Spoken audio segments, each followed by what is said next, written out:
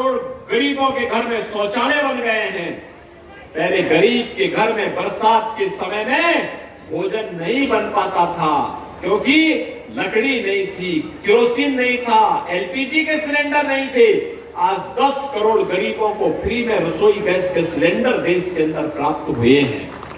4 करोड़ गरीबों के मकान बन गए हैं और मोदी जी ने कहा है अगले 5 वर्ष में शेष बचे हुए गरीबों को मकान दे देंगे।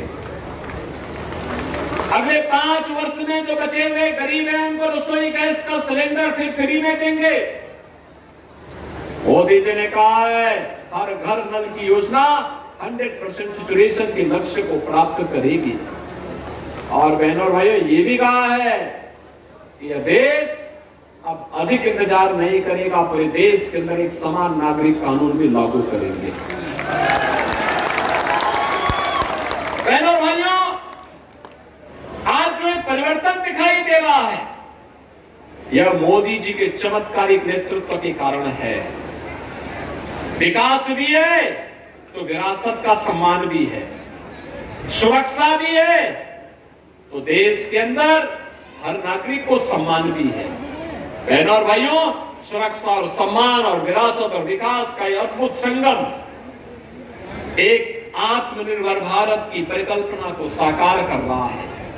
और इसलिए जब चुनाव हो रहे हैं, कांग्रेस और सपा बसपा के लिए चुनाव सत्ता प्राप्त करने का माध्यम होगा, क्योंकि इनको सत्ता इसलिए प्राप्त करनी है जिससे अपने परिवार के लिए अधिक से अधिक धन लूट सके। लेकिन बहनों और भाइयों, भारतीय जनता पार्टी सत्ता में इसलिए आना चाहती है जिससे आत्मनिर्भर और विकसित भारत को साकार कर सके, सपने को साकार कर सके।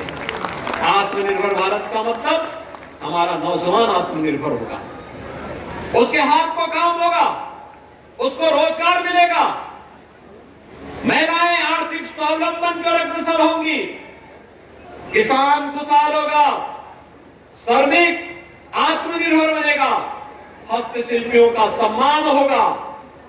और यह आत्मनिर्भरता विकसित भारत का आधार बनेगा। और विकसित भारत दुनिया को नेतृत्व जब करेगा तो दुनिया की कोई ताकत तब आपकी और टेढ़ी नजरों से देख नहीं पाएगा।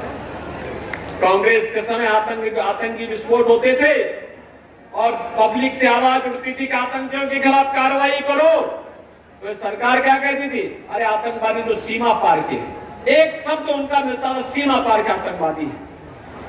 और आज आतंकवाद का नेस्तनाबूद कर दिया गया।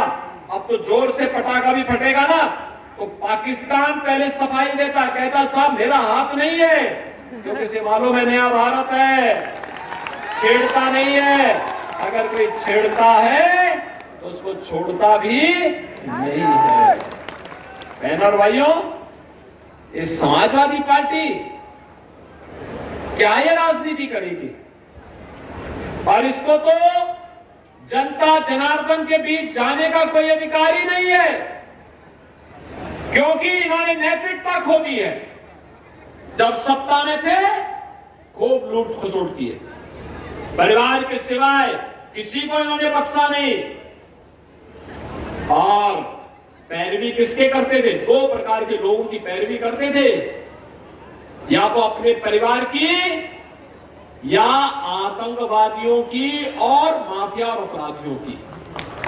आप सोचो, हर बड़ा अपराधी, हर माफिया सपा का शागिर्द था कि नहीं था?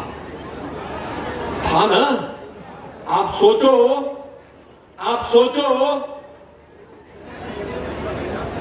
राम भक्त प्रदेश के पूर्व मुख्यमंत्री कल्याण सिंह जी का देहांत हुआ, समाजवादी पार्टी ने संवेदना के एक भी शब्द नहीं व्यक्त किए। लेकिन अभी हाल ही में एक माफिया मरा था, उसके घर में पहुंचे थे नहीं फतिया पढ़ने के लिए, गए थे ना। अब आप सोच सकते हैं, राम भक्तों पर गोली चलाएंगे, राम मंदिर को बोलेंगे कि बेकार का कार्य हुआ है, और दूसरी तरफ